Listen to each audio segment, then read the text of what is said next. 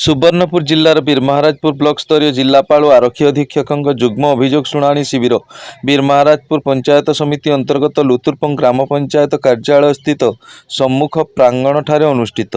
विभिन्न प्रकार 49 गोटी अभियोग दरखास्त ग्रहण। सुवर्णपुर तारीख 29/12/2025 सुवर्णपुर जिला बीरमहाराजपुर ब्लॉक स्तरीय मिलित अभियोग शुणाणी और उपशम शिविर बीरमहाराजपुर पंचायत समिति अंतर्गत लुतुरपंग ग्राम पंचायत कार्यालयर सम्मुख प्रांगण ठारे अनुष्ठित हो जाइछि।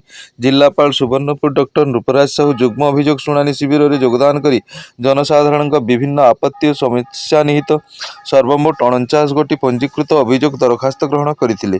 तन्मध्यरु 36 गोटी दरखास्त व्यक्तिगत रहितबा बेले 13 गोटी सामूहिक दरखास्त और 2 गोटी चिकित्सा पाई आर्थिक सहायता निमंते दरखास्त ग्रहण करा जायथिला। समस्त सामूहिक और व्यक्तिगत अभियोग दरखास्त गुड़ी को निर्दिष्ट समय मध्य समाधान करने पाई संपृक्त विभाग अधिकारी को प्रदान करा जायछि। गोष्ठी उन्नयन अधिकारी बीरमहाराजपुर श्री राजीव हांसदा तत्वावधान में अनुष्ठित होइथिला।